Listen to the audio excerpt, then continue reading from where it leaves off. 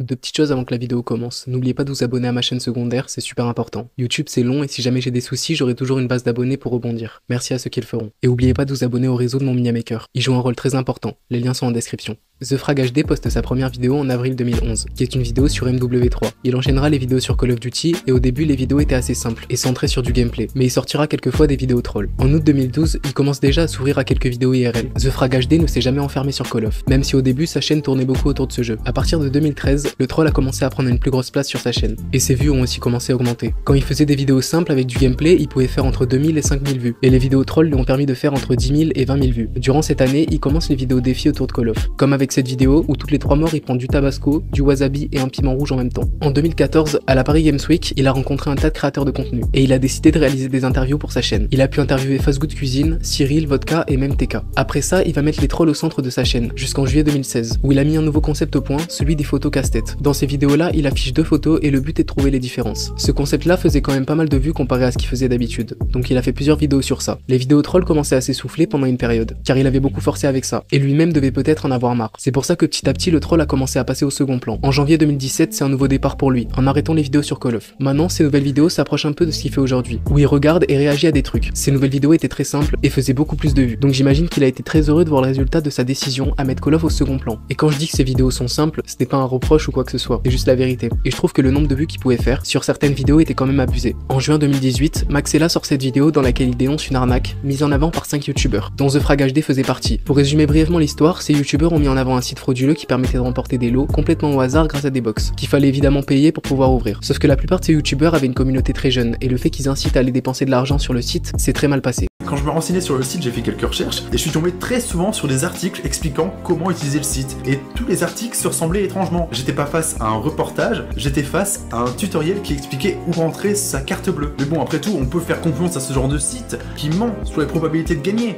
On peut faire confiance à ce genre de site qui ne vérifie même pas votre email quand vous vous inscrivez. C'est un site sur lequel vous mettez de l'argent réel et il vérifie pas votre email. Il ne vous demande même pas de vérifier votre email. Non, et puis en général, on peut faire confiance à ce genre de site interdit aux mineurs qui demandent à des mineurs comme Maono de faire des vidéos sponsorisées dessus. Comme vous pouvez le voir, la vidéo de Maxella a fait énormément de vues, donc cette histoire a un peu sali l'image de TheFragHD. Mais ce n'est pas pour autant que ça a impacté ses stats. Si vous voulez plus de détails sur cette affaire, je vous renvoie sur sa vidéo, le lien sera en description. Entre 2019 et 2021, ces vidéos se résumaient à réagir à des SMS, à des moments drôles en cours et à des photos prises au bon moment. Et vu que ça marchait super bien, il a bombardé pendant ces 3 années. En juin 2021, ça a commencé à légèrement s'essouffler. Donc pour être préparé à ça, il a changé de stratégie. Le contenu n'a pas réellement changé, c'est plutôt les miniatures qui ont commencé à changer, en les sexualisant de plus en plus, même quand le titre est relativement neutre. Petit exemple, voici le titre de cette vidéo, et maintenant regardez la miniature. On pourrait se dire, ouais ok, y a rien de grave, il fait pas ça H24. Sauf que quand on regarde toutes ces autres miniatures à partir de juin 2021, on voit très bien ce qu'il veut faire. À partir de là, vraiment toutes les miniatures ont commencé à être sexualisées. Et c'est pas comme s'il faisait ça vite fait sur 2 ou 3 miniatures, et qu'il y avait un réel contexte. Non, non, il en joue et c'est sa nouvelle stratégie. Mais attendez, ce n'est rien, car j'ai envie de vous dire que ce n'est pas le pire. Parce qu'il fait ça pour attirer plus de monde, et à cette période ça marchait. Donc imaginez jusqu'où il serait prêt à aller avec les miniatures si ses vidéos parvenaient à ne plus fonctionner, et qui s'enfermait avec son idée que sexualiser les miniatures lui ramènerait des vues. En mai 2023, ses vues sont en chute libre. Avant ça tournait entre 200 000 et 400 000 vues, il arrive maintenant en dessous des 100 000 vues. Et oui, les gens commencent à comprendre que ça se répète, que ce soit les miniatures ou le contenu en lui-même. Donc TheFragHD a décidé d'abuser encore plus avec les miniatures, en ne misant que sur ça. Et comme vous pouvez le voir, il y a vraiment des miniatures qui commencent à être très problématiques. Son contenu n'a pas évolué depuis qu'il a commencé les réactions. Donc il a fini par miser que sur les miniatures, et il s'est enfermé en faisant des trucs vraiment douteux. Sûrement car il est persuadé qu'il ne peut faire des vues que de cette manière. Aujourd'hui en 2024, c'est toujours la même chose mais en pire. De toute façon, je vous affiche toutes les miniatures, et on voit qu'il ne sait plus quoi faire pour attirer du monde. Dans le tas, il y a vraiment des trucs douteux, et je me demande vraiment quel intérêt il a à continuer. Car comme je vous l'ai dit, si avant les vidéos faisaient entre 200 000 et 400 000 vues, aujourd'hui ce n'est plus qu'entre 10 000 et 15 000 vues. La même fourchette de vues que quand il faisait des vidéos trolls sur Call of. En vrai, autant reprendre les trolls, ça éviterait de se taper une sale image. Vous avez été plusieurs à me demander de faire une vidéo sur lui. Moi je le connaissais pas du tout. Et quand je suis allé sur sa chaîne et que j'ai vu les miniatures, en vrai j'ai été choqué. Vu comme ça fait vraiment chaîne poubelle. Juste là pour ramasser du fric en faisant des trucs douteux. C'est pas pour être blessant que je dis ça, mais c'est la vérité en voyant le visuel de sa chaîne. Surtout que les vidéos de TheFragHD ne fonctionnent plus. Donc pourquoi il essaye pas au moins de se renouveler? S'il parvenait à trouver une idée pour changer de contenu, ce serait déjà mieux que de mettre au point des techniques un peu douteuses pour essayer d'attirer du monde. Surtout que ça marche plus. Le risque n'en vaut pas la chandelle, se taper une sale image pour aussi peu de vues, en vrai je vois plus l'intérêt là. À moins qu'il aime produire ce genre de contenu. Sauf que d'une vue extérieure, sans regarder les vidéos, et juste en ayant les miniatures, on dirait vraiment la chaîne d'un mec pas très clair, qui prend du plaisir à réaliser des vidéos ultra sexualisées pour un public mineur. Juste avant de faire cette vidéo, je vous ai demandé ce que vous pensiez de lui. Et maintenant on va regarder vos commentaires. Une chaîne lamentable qui ne repose que sur la sexualisation pour attirer des petits jeunes curieux. C'est pitoyable et manque totalement de substance. C'est un désastre total, reposant uniquement sur des tactiques de bas étage pour attirer des vues. Ce genre de contenu est inutile inutile et dégradant. Franchement, moi je le suivais dans les années 2015-2016, c'est embarrassant comment tous les anciens youtubeurs se sont dirigés vers un contenu poubelle pour générer des revenus et non de la qualité. Ils ne misent que sur les miniatures pour attirer et éveiller la curiosité malsaine chez les plus jeunes. Et comme tu le dis, c'est vraiment une stratégie de bas étage, surtout en faisant des miniatures aussi inappropriées. Et je me demande même comment il a pas de problème avec YouTube. Il fait ça car il doit sûrement avoir un contenu qui se répète, ou du moins qui n'intéresse plus comme au début, donc il s'est persuadé que faire de telles miniatures l'aiderait. Peut-être que ça a marché pendant un temps, mais là c'est plus le cas. Donc il est temps de se renouveler et je pense sincèrement qu'il aurait plus à gagner au moins en essayant. Et toi, vu que tu le suivais depuis longtemps, je peux comprendre que tu sois déçu du changement. C'est un youtubeur qui était en manque de buzz et qui a sexualisé ses miniatures pour plus de clics. Ce qui est pas ouf de faire ça, surtout qu'il a du potentiel, mais il l'a gâché. Le pire, c'est qu'il fait des miniatures inappropriées pour récolter 15 000 vues maximum. C'est peu par rapport à l'image qu'on a de lui en allant sur sa chaîne. Là, ce n'est plus la peine de continuer comme ça, autant essayer de trouver autre chose. Point négatif, pas essayer d'évoluer, miniature putaclic, contenu poubelle, contexte des vidéos toujours avec du sexe, plus titre attirant, concept de SMS répétitif. Je pense que le problème, c'est sa communauté qui est sûrement mineure. Bref, un youtubeur 2016 classique qui attire des jeunes curieux. Avant, il changeait souvent de contenu ou testait différentes choses. Mais là, il s'est enfermé dans un style de vidéo bien précis et n'arrive pas à s'en sortir. Et je me demande sincèrement pourquoi il n'essaye pas au moins de tester autre chose. Car il y a des chances qu'il fasse plus de vues qu'actuellement. Au niveau des miniatures, c'est vraiment abusé. Pour le contenu poubelle, en vrai, ça en a l'apparence. Mais en soi, le fait de lire des SMS ou des mots dans le carnet comme il le faisait avant, de grands youtubeurs l'ont fait mais ils ont jamais spammé, donc leur audience était toujours hypée. Là, le problème avec lui, c'est qu'il ne fait que ça. Et forcément, son public s'est lassé. Et concernant le fait que sa communauté soit mineure, ça c'est vraiment inconscient car lui-même le sait et il ose faire ce genre de miniature. Youtubeur divertissant quand on est jeune et qu'on connaît pas encore YouTube. Mais le problème, c'est qu'il sexualise extrêmement ses vidéos et ses miniatures. Il n'a pas évolué depuis 2019 et est resté pareil. Son concept est cool, mais c'est abusivement sexualisé. C'est dommage car avec un peu de changement, son contenu peut être tellement mieux. Je n'ai pas connu The Frag HD à l'époque, mais je peux comprendre qu'on ait trouvé ses vidéos divertissantes. Comme je l'ai expliqué tout à l'heure, certaines de ses vidéos se rapprochent un peu de ce que faisait Amixem. Et il a trouvé une recette qui avant faisait des vues, et on peut dire qu'il exploite au maximum, même un peu trop. Et je sais même pas si en améliorant son concept, ce serait mieux. Pour moi, il doit totalement le changer. C'est devenu trop répétitif et je pense que sa communauté en a marre. J'avais répondu et le commentaire qui a suivi relève quelque chose d'intéressant. Merci, mais honnêtement, je pense pas pouvoir critiquer comme les autres le font. Car ses titres et ses miniatures marchaient sur moi quand j'étais gamin. Chaque fois que je voyais une de ses vidéos, ça m'intéressait. Une curiosité malsaine quoi. Et puis au fur et à mesure, je m'en suis lassé. Car je voyais toujours la même chose, il faisait encore et encore les mêmes vidéos. Et à cette époque, j'ai aussi changé ce que je regardais. Et maintenant, avec du recul, je peux te dire qu'effectivement, son putaclic marchait sur moi. Avec ton commentaire, on voit vraiment à quel point sa stratégie est malsaine. Clairement, son but, et ça il le sait, c'est certain, c'est d'attirer des mineurs avec un contenu sexualisé de manière abusive. Tout ça pour éveiller une curiosité malsaine. Et ça, c'est dégueulasse. Donc maintenant que les vidéos fonctionnent plus, faudrait qu'il change absolument de contenu. Car là, j'y vois un sérieux problème. C'est pas les miniatures Roblox où il y a deux persos dégueulasses qui font des trucs bizarres. Là, pour ces miniatures, The Frag HD va beaucoup plus loin que ça. Et je trouve ça pire. Pour conclure, qu'est-ce qu'on peut souhaiter à The Frag HD? Je lui souhaite au moins d'essayer de se renouveler. S'il a un truc en tête, qu'il essaye d'en faire une ou plusieurs vidéos, voir ce que ça donne. Ce serait toujours mieux que de s'enfermer dans un contenu qui se répète en mettant au point des stratégies douteuses pour essayer de faire du clic. Mais en vrai, rien n'est perdu pour lui. Certains youtubeurs ont déjà su remonter la pente en essayant de nouvelles choses. Et avec de la détermination, ça a fini par fonctionner pour eux. Je suis sûr qu'il aurait plus à gagner s'il arrivait avec un bon concept, et il pourrait certainement faire plus de vues qu'actuellement. J'imagine aussi que ça doit l'ennuyer de faire toujours les mêmes vidéos. Ça a fini par ennuyer et complètement désintéresser son audience. Donc il y a des chances que ce soit aussi son cas. Tout ça pour dire qu'il pourrait au moins essayer de nouvelles choses. Car si ça finissait par marcher, il serait fier de lui. Voilà pour ce qui en est de The Frag HD.